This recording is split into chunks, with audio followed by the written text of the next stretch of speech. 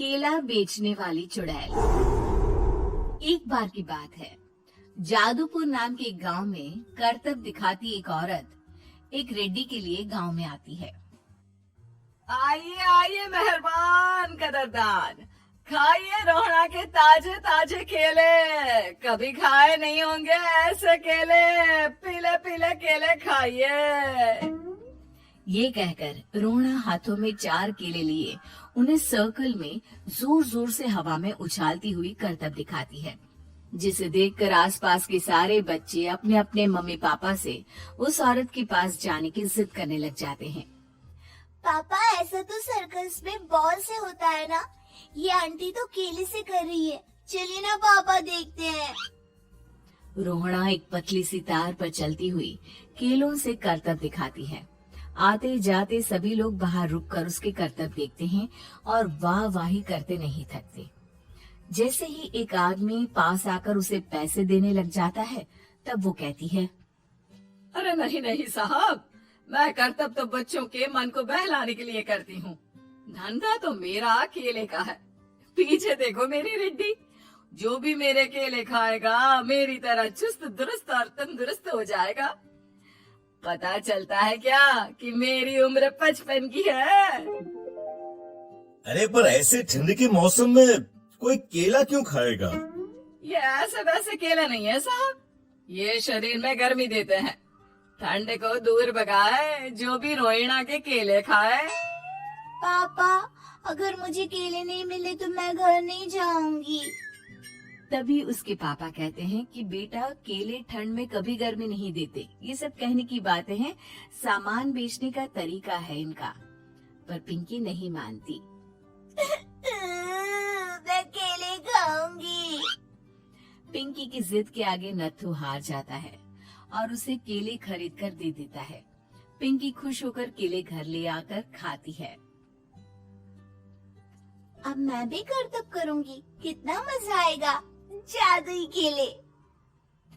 पिंकी पहला केला खत्म भी नहीं करती कि वो बेहोश हो जाती है। दूसरे केले से एक काला धुआं आता है और रोहड़ा चुड़ैल बनकर बाहर निकल आती है। मेरे भूतिया केले बच्चे न खाए, ऐसा हो ही नहीं सकता। जादूपुर वालों, कब तक बचोगे? आ गई हूँ मैं रोहड़ा, जिसका कोई नहीं कर सकता सामना। रोहड़ा पिंकी को गोद में उठाकर काले धुएं में कहीं गायब हो जाती है। शाम के वक्त नत्थू घर लौटता है और पिंकी को घर में ना पाकर उसकी माँ से कहता है, माँ पिंकी कहाँ है? अरे बेटा, उसे तो तू सुबह करतब दिखाने ले गया था ना, फिर कहाँ वापस आए तुम दोनों? मुझे लगा तू उसे अपने साथ मंडी ले गया होगा। हे भगवान, मेरी बच्ची कहाँ गई? मैं उसे घर ही तो छोड़कर गया था माँ। नत्थू गांव के घर कोने में अपनी बेटी को ढूंढता है, पर उसे वो कहीं नहीं मिलती। परेशान होकर आखिर रो रो कर नत्थू हिम्मत हार कर घर लौट आता है। अगली सुबह रोहड़ा फिर से करतब दिखाने आती है और इस बार पिंकी की तरह रोनी केले खरीद लेता है। 50 रुपए दिए थे पापा ने, सारे पैसों की मैंने केले खरीद लिए हैं। अब मैं भी आंटी की तरह ही करतबबाज बन जाऊंगा। यही सोचते हुए रोनी केले खाता है और पहला अकेला केला आधा खत्म भी नहीं करता कि चुड़ैल उसके सामने आ जाती है। मेरे साथ चलने का समय आ गया है रोनी। ये तो बस शुरुआत है। अब इस गांव के सारे बच्चे धीरे धीरे मेरे कब्जे में होंगे, एक बच्चा भी नहीं बचेगा। ये कहकर रोना रोनी को गोद में लेकर काले धुएं में अदृश्य हो जाती है। इसके बाद हर रोज गांव में से कोई ना कोई बच्चा गायब होता, पर ऐसा क्यों हो रहा है किसी को भी समझ में नहीं आ पा रहा था। रोज की तरह अपनी बेटी पिंकी की तलाश में नत्थू गांव के एक तालाब के पास बैठा रो रहा था। कहाँ गई मेरी पिंकी? शकुंतला के जाने के बाद एक वही तो मेरा सहारा थी। अरे उसकी आत्मा कोस रही होगी मुझे कि मैं अपनी बच्ची को संभाल भी नहीं पाया। नत्थू ये कहता हुआ रो ही रहा था कि तभी तालाब में से उसे शकुंतला की आवाज सुनाई देती है। कहाँ कहाँ कहाँ थी तुम शकुंतला? हमारी बच्ची और सारे गायब हुए बच्चे रोहड़ा के कब्जे में हैं। वो बच्चों को जो केले देती है उससे बच्चे बेहोश हो जाते हैं और उसके कब्जे में आ जाते हैं और वो उन्हें ले जाकर काली दुनिया में ले जाती है। पर वो ऐसा क्यों कर रही है? ये मैं नहीं जानती, पर उस दुनिया का रास्ता मैं आपको बता सकती हूँ। जहाँ ये नदी खत्म होती है वहाँ एक केले का पेड़ है, उसके नीचे एक दरवाजा है, वहीं से रास्ता जाता है उस दुनिया का। ये कहकर शकुंतला की आत्मा गायब हो जाती है।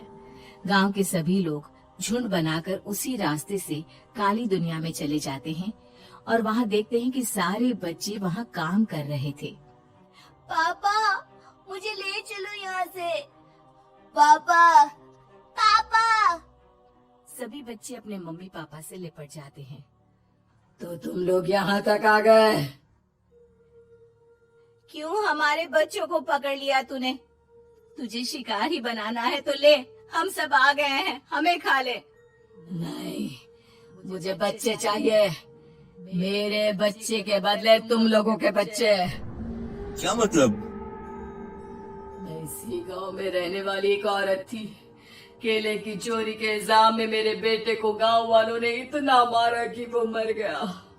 उसी दिन मैंने ठान लिया कि गांव वालों का भी वही हाल करूंगी। कुछ दिन बाद बेटे के चले जाने के दुख में मैं भी मर गई और मेरी भटकती आत्मा एक चुड़ैल बन गई। और फिर मैंने बदला लिया तुम सबके बच्चे छीनकर। बर्दाश्त नहीं कर पाए ना, सोचो मुझ पर क्या बीती होगी। हमें माफ कर दो रोना। पता नहीं ये किसकी गलती थी, पर हम सभी माफी मांगते हैं। हमारी खुशियाँ लौटा दो, तुम भी तो एक माँ हो। गांव वालों की बात सुनकर रोहड़ा का मन पिघल जाता है और वो बच्चों को छोड़ देती है। उसके बाद काली दुनिया बच्चों के लिए जादुई दुनिया बन जाती है। अब कोई भी कभी भी वहां आ जा सकता था।